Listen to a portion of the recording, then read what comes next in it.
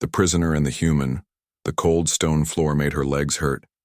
The chains on her hands were tight, cutting into her skin. Her name was Yara, a warrior from the Zarn race, once proud and feared. Now she was just a prisoner. They said she would die soon. The human will come tomorrow, a voice had told her. He will decide your fate. Humans, the enemies, the monsters from Earth. For many years, her people and the humans had been at war. She had fought in battles, commanded troops, and destroyed human colonies. She believed humans were cruel, heartless, full of rage. But now, she was their prisoner. She hadn't seen the sun in days. The prison was deep underground. Only one guard came sometimes, gave her a small amount of water, and left. No words, no mercy. She waited in silence. Her body was weak, but her spirit was still strong. She told herself that if the human came to kill her, she would face him with pride. She would not beg. She would not scream. Then one morning, the sound of boots echoed in the hallway. Not just one person. Several. She sat up straighter, her eyes fixed on the door. The door opened slowly. Bright light poured in. Her eyes narrowed. He walked in. The human. He was tall, wearing dark armor. Not a soldier's armor. It looked old, worn out. His face was calm, unreadable. Behind him, two guards stood, but they stayed outside. Yara held her breath. The human stepped closer, slowly. He had no weapon in his hands. Why not? He looked at her not with anger, not with fear, but something else, something strange. She didn't understand it. Then he placed something on the floor in front of her. A tray. Food. Water. Clean bread. Some kind of fruit. And a bottle of clean water. Yara stared at it. He didn't speak. She looked up at him. "Is this a trick?" she asked. Her voice was dry, rough from silence. He said nothing. He turned, walked to the wall, and sat down on the floor, a few feet away from her chains. Yara didn't touch the food. Minutes passed, long, quiet minutes. Finally, she said, "Why are you here?" The human looked at her. His eyes were tired. He spoke in a quiet voice. "I wanted to see the monster." Yara's eyes flashed with anger. "Then kill me. Isn't that what you came for?" He shook his head slowly. "I don't want to kill anyone." "Liar," she hissed. "Your people kill. Your ships burn our cities. Your soldiers show no mercy." He looked down for a moment, then met her eyes again. "You did the same." She had no answer. The silence returned. Only the sound of water dripping from a pipe somewhere. "My name is John," he said finally. She said nothing. "What's yours?" he asked. She stared at the food. Her stomach growled, but she didn't move. "You think I'm trying to trick you," he said. "I'm not." She looked at him. "Then what do you want?" He shrugged. I don't know, maybe to understand." "Understand what?" "Why you hate us so much." Yara laughed bitterly. "Because you came to our stars. You brought war. You call us beasts." John nodded. "Maybe some do, but not all." Yara leaned back against the wall. Her body ached. Her heart was tired. "I killed your people," she said. "I know. So why don't you kill me now?" He was quiet for a long time. Then he stood up, picked up the empty tray he had brought, and said, "I'll be back tomorrow." She watched him leave. He didn't lock the door from inside. The guards closed it from outside. When the door closed, darkness returned. Yara sat alone, the untouched food still lying in front of her. She didn't understand this human. He wasn't angry. He wasn't violent. He didn't threaten her. Why? Was this some kind of game? A mind trick? Or was he truly different? That night she couldn't sleep. Her mind replayed every second of their meeting. And in the dark silence of the cell, she asked herself a question she had never asked before. What if humans are not the monsters we were told they are? Silence between enemies. The next morning came slowly. Inside the cold, silent cell, Yara hadn't slept. Her eyes were open all night. The food tray still sat untouched. She didn't trust it. She didn't trust him. Why didn't he kill her? The chains on her wrists felt heavier today. Not just because of their weight, but because of the questions pressing down on her mind. Why did he look at her like that? Not like an enemy, not like a killer, but something else. Something she didn't understand. The door opened again. This time there were no guards, only the human, John. He walked in quietly, holding another tray. This one had hot soup. The smell filled the cell. Yara looked away. He placed the tray near her again, sat down against the wall and waited. No words, just silence. The minutes passed slowly. 10, 20, maybe more. Still, he said nothing. He didn't force her to eat, didn't try to speak, just sat there breathing. Human. Finally, she whispered, "You're wasting your time." He looked at her. "I don't think so. I'm not your experiment. You're not. Then what am I?" "A prisoner," he said calmly, "but not a monster." Those words cut deep. For so long she was told the humans saw them, the Zarn, as monsters, beasts, enemies. But this man? He spoke to her like she was more than just that. "Do you think kindness will break me?" she said coldly. He shook his head. "I don't want to break you. I want to know why we keep breaking each other." She turned away. Her heart was confused. Her mind was trained to hate. But this was not hate. This was something else. "You want to understand?" she said. "Then look at what your people did to mine." John didn't move. "I've seen it. I've seen villages burned, families crying, children with no homes, and not just ours." He paused. "Yours too." She looked at him sharply. "I saw a Zarn child once," he continued, "running from fire, not our fire, your fire. Your leaders killed their own to blame us. I saw it with my own eyes." Yara's breath caught. That was impossible, or was it? She thought of her own people, the warlords, the generals, their hunger for victory, for power. "You're lying," she whispered, but her voice lacked strength. "Maybe," he said gently, "but deep down I think you know the truth." The cell fell silent again. But this time, the silence was not empty. It was heavy, full of pain, full of questions, full of something neither of them could name. John stood up. He left the tray again, untouched, and walked to the door. Before leaving, he turned and said something soft. "I'm here every day, not because I have to be, but because I choose to be." The door closed and Yara was alone again. But something inside her had changed. 3 days passed. Every day John came. Every day he brought food. And every day, he stayed in silence. No guards, no weapons, no threats. On the 4th day, she finally touched the food, just a bite, just to taste. It was simple, warm, good. John didn't react. He just nodded slightly and stayed quiet. Something strange started to grow in the space between them. Not friendship, not yet. But not hate either. She began to look at his hands. Not rough like a killer's. They looked tired, scarred, human. Watched her too, but not like a hunter watches prey. He watched like a man who had lost too much and didn't want to lose more. On the 7th day, she spoke again. "You said you lost people." John nodded. "Who?" she asked. "My brother," he replied. "He died on Elion 4. Your fleet attacked a refugee camp." She looked away. She had led that attack. Was he a soldier? John shook his head. "He was a doctor. He was trying to save people." Yara closed her eyes. Shame burned through her. "I didn't know," she said. "I know." Silence again. But this time, it was louder than any scream. "That night," she cried. She didn't understand why.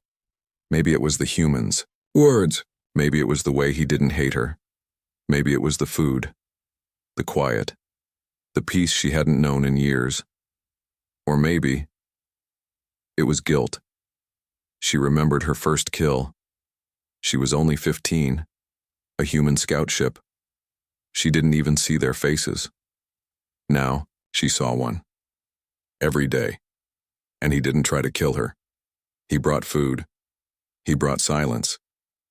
And in that silence, something inside her began to break. Not her strength, not her will, but her hate. Escape or trap? She woke up to silence again, but this time something was wrong. No food tray, no footsteps in the hall, no John. For the last 10 days, the human had come like clockwork. Brought food, said little, sat in silence. And every day, she hated him a little less, but today he didn't come. Yara sat in the corner of the cell, tense, waiting. Was it over? Was this the day they came to kill her? She stared at the door. And then, she noticed something. The lock light. It was green. Open. She stood up slowly, chains still on her wrists. She moved to the door and pushed. It creaked open. No guards. No sound. Just the empty hallway. This had to be a trap. It had to be. Her instinct screamed at her to stay put, to wait, to survive. But something deeper, something older, whispered, "Run." She stepped into the hallway, bare feet on cold metal. Lights flickered above. The air smelled like dust and oil. The prison was not empty. It was abandoned. Half of the lights didn't work. Some walls were cracked. It felt like the place had been hit. Maybe in a battle. What had happened? She walked forward slowly, her chains clinking with every step. She expected weapons to rise, lasers to fire, traps to spring. But nothing came. Just more silence. Finally, she reached a command door, half open, sparked with damaged wiring. Inside, a glowing screen blinked. Emergency mode. She stepped in. The room was empty except for one thing, a data pad, left in the center of the console. Yara picked it up. The screen lit up, displaying something she never expected to see. Zarn fleet destroyed. Zarn capital surrendered. Peace. Talks requested. Denied by human council. She dropped the pad. Her people had lost? She sank to her knees. Her whole world collapsed in a second. Everything she believed, that they were winning, that the humans feared them, that she would be rescued. It was all a lie. They weren't coming for her. They couldn't. There was no one left to come, and then behind her, a voice. "I didn't want you to find out like this." She turned quickly. John stood in the doorway, holding something in his hands. Not a weapon, a key. He walked toward her slowly, and without a word, he unlocked her chains. They fell to the floor with a loud clink. "Why?" she whispered. "Because you deserve the truth," he replied. "You opened my cell?" He nodded. "Yes." "You left me free?" "Yes." "Why?" Her voice broke. "Why are you doing this?" He looked at her for a long time, then said something she never expected. "Because I've been where you are." She froze. "After my brother died," he continued, "I was taken by your people, held in a prison for 7 months, no food, no name, just silence." She stared at him. "So you brought me here for revenge?" "No. I brought you here to break the cycle." Her legs gave out. She sat on the cold floor. "Everything's gone," she whispered. "My people, my command, my war. Maybe that's a good thing," he said softly. She looked up at him. "So what now?" John walked to the console and turned on a second screen. A live feed appeared. Outside the prison walls. Human soldiers moving supplies. Injured civilians being treated. Aid ships landing. "You're free," he said. "I don't believe you." "Then stay," he shrugged. "But the door is open." Yara stood slowly. If I step out that door, what happens to me? Nothing, he said, unless you choose to make something happen. They stepped out of the building together. No one attacked her. No one aimed weapons. Some people stared. Some whispered. But most were too busy surviving. The city outside was not a city anymore. It was rubble. Wounded soldiers sat in tents. Children played in the ruins. Human medics helped the injured no matter who they were. She saw a Zarn girl, no older than 6, wrapped in a human blanket, eating human food, smiling at a human nurse. Yara felt something in her chest crack. They're helping us? She asked. Some are, John said. Others still hate. Others still fear. Why not you? John paused. Because I'm tired of watching everyone die. He handed her a small device, a communicator. This links to the Zarn remnants, he said. You can speak to them.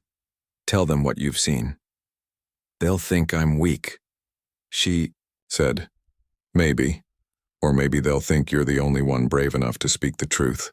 She stared at the communicator, then at him, then at the sky. For the first time in years, she felt something strange in her chest. Hope. But deep down, a question burned in her mind. Was this real? Or just another trick?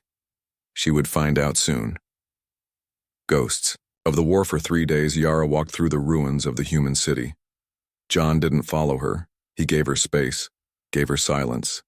And now, silence had become her loudest punishment. Every street she walked through told a story.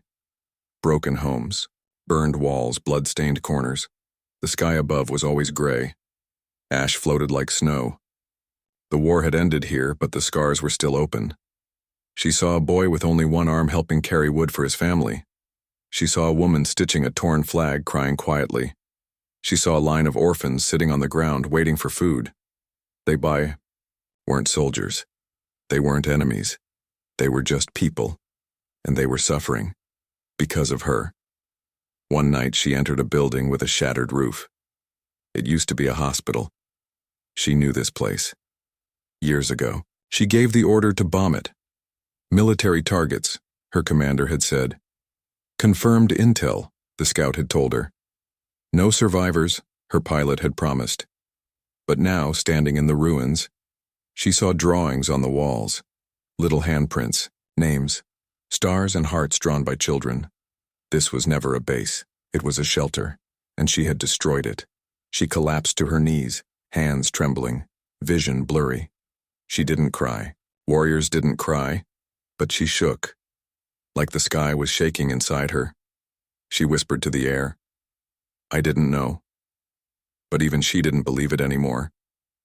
The next day, John found her sitting outside the broken hospital. He didn't speak. She didn't look at him, but after a long silence, she asked, Do you hate me? John sat beside her.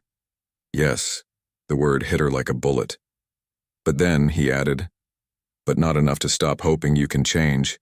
She looked at him. I don't deserve that hope. Maybe not, he said, but the ones you hurt, they deserve peace. And that can only happen if someone like you speaks now. Why me? Because you led them. She lowered her head. They won't listen, she said. Some will, he replied. And if they don't, then at least you tried. She looked at her hands. Once proud, once deadly, now empty. What would I even say? Tell them the truth. That evening, they returned to the Human Aid Center. There, Yara met Commander Hale, John's senior officer. She expected hate in his eyes, but all she saw was caution. This is a mistake, Hale said to John. You're protecting an enemy. John didn't blink. She's not an enemy anymore. Tell that to the 300 civilians at Site 9. Hale snapped. Yara stepped forward. I know what I did, and I don't expect forgiveness. Hale glared at her. Then why are you here? He asked. Because I want it to end, she said quietly. For everyone. He said nothing for a long moment, then finally handed her a tablet. "There's a broadcast going out tomorrow. Open channel, you want to speak to your people? Do it then." That night was the longest of her life. In a small room, alone, Yara recorded her message. Her hands shook. Her voice cracked. She told the truth. About the war. About the lies. About the children. About the hospital. About John. About how she was wrong. About how they had all been wrong. "We thought strength was power," she said. "But maybe strength is knowing when to stop." She paused, then looked straight into the camera. "I am not a hero. I am not a savior. But I am alive. And while I live, I will try to make peace, even if no one else does." The message was broadcast to all surviving Zarn colonies. Some praised her, some called her a traitor, others went silent. But it was enough. A seed had been planted. A week later, while helping deliver supplies to a human Zarn refugee camp, she saw something she never expected. A child ran up to her. A human girl, dirty, thin, afraid. But she hugged Yara without fear. "Thank you," the girl whispered. Yara froze. "For what?" she asked. "For stopping the war." Yara wanted to say, "I didn't stop it, I just survived it." But she said nothing. She just held the girl, tight as if holding her could erase everything. But peace never comes easy. Later that night, an explosion hit the camp perimeter. John ran toward the flames. Soldiers scrambled to defend. A Zarn rogue faction had attacked, angry at Yara's broadcast. They called her a liar, a traitor to the cause. This war wasn't over. Not yet. And now Yara stood between two worlds. The one that made her a killer, and the one that wanted her to be more. And the choice was no longer just hers. The message: the world was holding its breath across ruined cities and orbiting ships and broken bunkers and dusty shelters. Screens flickered to life. The signal was clear. This was the first time since the ceasefire that a voice from the Zarn High Command was speaking to both humans and Zarn survivors, but it wasn't a general, wasn't a hero. It was a prisoner of war. "Yara, my name is Yara of Zarn 3. Her voice shook slightly at the beginning of the broadcast. She stood in a small room lit only by two dim lamps. Her uniform was torn, armor removed. She looked human, almost.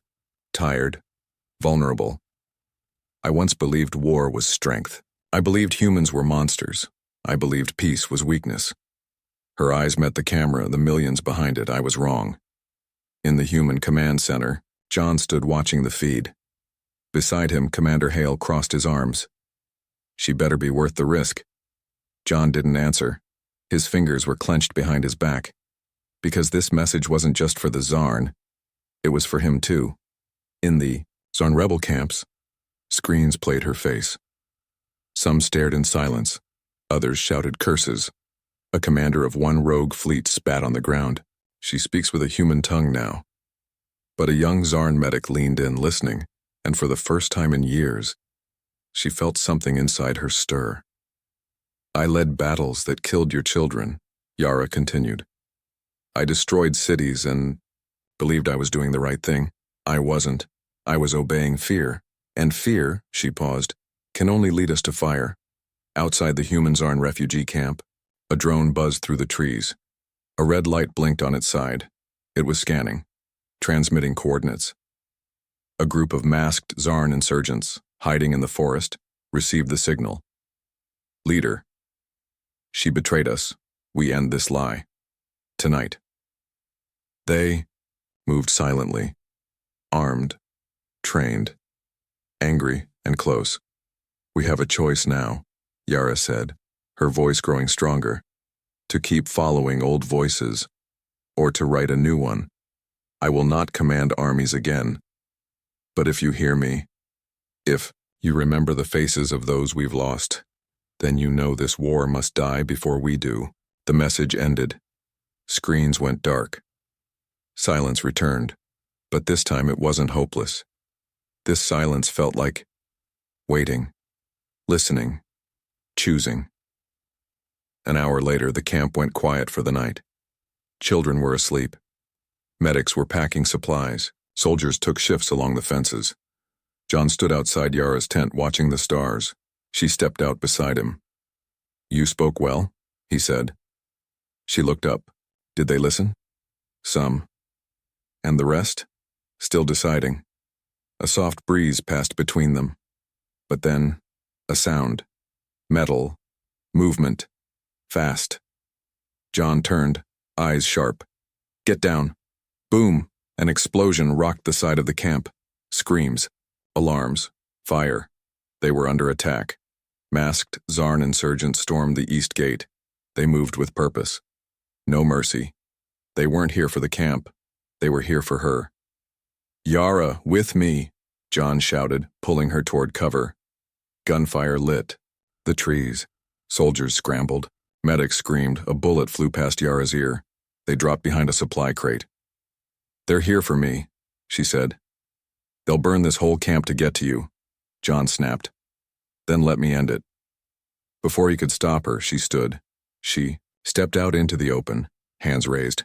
Gunfire stopped for a second. The insurgents paused, confused. "Stop this," she shouted. "You're not fighting for our people. You're fighting your own fear." One of the masked soldiers aimed at her. She didn't flinch. "You want to kill me?" she said. "Fine. But know this, your bullet won't silence me. It'll only prove that peace terrifies you more than war ever did." The gun shook, then lowered. Another insurgent pulled off her mask. She was young, tired, and crying. "She's right," the girl said, but their leader roared in rage. He aimed. John fired first. The leader fell. The rest ran. Silence returned. Real silence. No fire. No shouting. Just the sound of breath. And a new kind of fear. The fear of change. Later, Yara sat on a broken crate, blood on her hands, shaking. John walked over, sat beside her. Neither spoke for a long time. Then she whispered, "I'm not a leader anymore." He looked at her. "No," he said. "You're something harder." "What's that?" He smiled sadly. A voice. The last stand, the night was colder than any before. A storm brewed in the skies, dark clouds rolling like angry waves. Rain had not fallen in weeks, but tonight it would. And tonight something else was coming too. Not from the sky, but from deep underground. After the failed attack on the camp, Yara knew the truth. Her message had reached farther than expected. It hadn't just shaken hearts, it had shaken power.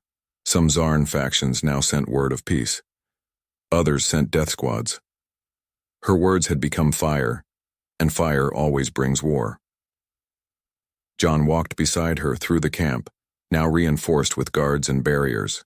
The children were gone, evacuated to another base, but many civilians stayed. Some believed in her, others still didn't trust her.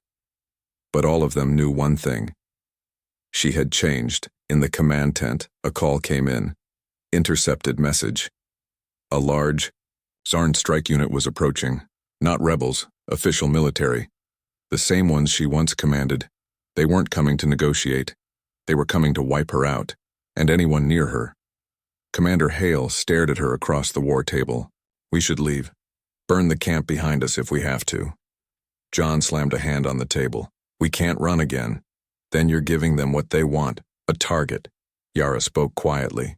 "They're not here for the camp." Everyone went silent. "They're here for me." That night, she stood on the edge of the camp wall watching distant lights approach in the rain. Vehicles, gunships, dozens. They were here. The Zarn weren't hiding anymore. They had come in full force. John stepped beside her, weapon slung across his shoulder. "You don't have to face them alone," he said. "Yes, I do." "Why?" "Because I taught them this hate," she replied. "Now I have to unteach it." At midnight, lightning cracked the sky. The first Zarn ship hovered just outside the perimeter. They sent a single voice message. "Hand over Yara, or we burn everything."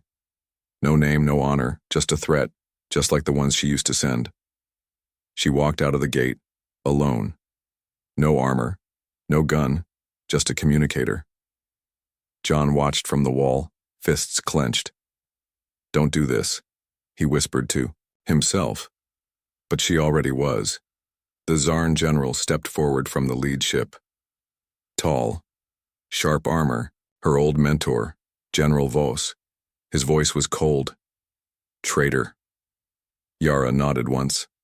"Yes. You broke command. You spread lies. You call for peace when we could still win." "Win?" she said softly. "We lost everything. And now you want to lose more? You disgust me." "And yet, here you are," she said. Rain started to fall. Slow. Heavy. Dramatic. Like the sky itself was watching. He raised a hand. Soldiers aimed weapons. Last chance, surrender. Or die. She didn't move. Instead, she raised her communicator and played a live feed all across remaining Zarn outposts and cities. Her voice went out again, but this time the feed showed General Voss's face. His threats, his weapons, and her, unarmed. Calm. Peaceful. "I am no longer your soldier," she said into the feed. "I am no longer your weapon. But I will be your wall. If you must kill someone to keep this war alive, then let it be me." Voss stepped forward, hand shaking. "You shame us," he growled. "No," she said, tears mixing with the rain. "I free us." He pulled out his sidearm. John shouted from the camp wall, "No!" But he was too far. Too late. Voss fired. The blast hit her shoulder. She dropped to one knee, but didn't fall. She looked up, pain twisting her face, and still didn't fight back. Soldiers behind Voss hesitated. One lowered his gun, then another. They had trained under her, followed her into fire. But now, they were watching her bleed and still stand for peace. They saw strength not in her violence but in her mercy. Voss raised his weapon again. But this time, he was alone. His own guards stepped back. He looked around, furious, confused, betrayed. Then, a voice spoke in the Zarn line, "Stand down." Another said, "This war is over." One soldier dropped his rifle to the mud. Others followed. Voss turned and walked away. Not defeated in battle, but defeated by truth. John ran to her side, kneeling beside her, rain soaking them both. "You're hurt." She smiled through the pain. "Only a little. You're insane." "I know." He helped her stand. "You did it," he said. "You stopped them." She didn't answer right away, then said softly, "No, we stopped ourselves." The hero of two worlds, the war didn't end with a final shot. It ended with a choice. 3 days had passed since the standoff. Yara lay in the medical tent, shoulder wrapped, fever fading, dreams broken and reborn. The pain in her body was deep, but the pain in her heart, that was something else. Not guilt, not regret, something heavier. The weight of being alive when so many were not. Outside her tent, the camp had changed. Zarn soldiers and human medics worked side by side. Not perfectly, not easily, but they were trying, and that was enough. For now. John sat beside her bed, quiet, as always, watching her breathe, as if afraid she might disappear. He still carried his weapon. Not because he expected violence, but because peace was still fragile. Still young, still hunted. On the 4th day, Yara opened her eyes. "You look like hell," she whispered. John smiled. "I've seen worse." She turned her head slowly. "They didn't shoot me in the face, untempting," he said dryly. "But no, cowards." They laughed softly, but behind that laugh a storm still lived in both of them. That night, a meeting was called. Human commanders, Zarn officers, civilians. They sat in one tent, under one roof. For the first time. Some still looked at Yara with suspicion. Others, with quiet respect. Commander Hale opened the meeting with sharp words. "We're not allies yet," he said. "Let's not pretend this is a fairy tale." But something happened out there. He looked at Yara. And we can't ignore it. John stood to speak next. We have a chance here, he said. Not to forget the past, but to not repeat. He paused. And if you need proof of what that looks like, you already have it. He pointed at Yara. She didn't switch sides. She made a new one. Yara stood slowly, still in pain, still weak, but her voice was clear. I don't ask for trust, she said. I ask for time. Time to heal, to learn, to teach, and to unlearn. Her eyes swept across the room. If peace is a fire, then let me be the first to stand in it. Some nodded, some stayed silent, but no one objected. And that, in this world, was as close to agreement as they would get.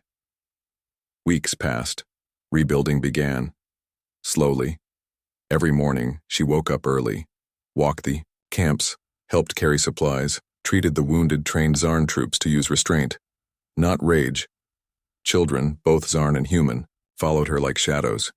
They didn't see a killer. They saw a protector. One day, a little Zarn boy gave her a drawing, crayons, paper, a sketch of her standing between a human and a Zarn, smiling. She asked, "What's this?" He said, "You're the bridge." She almost cried, but she didn't. Warriors don't cry, but bridges sometimes do. Then the vote came. The United Human Zarn Council was forming, a real one. Not just talks. They offered her a seat. Not because they trusted her, but because everyone was watching her now. And maybe because they believed she was the only one who had walked through hell and still chose light. John stood beside her after the offer. You deserve this, she shook her head. No, I deserve judgment. Then accept both, he said. Use one to carry the other. She took the seat.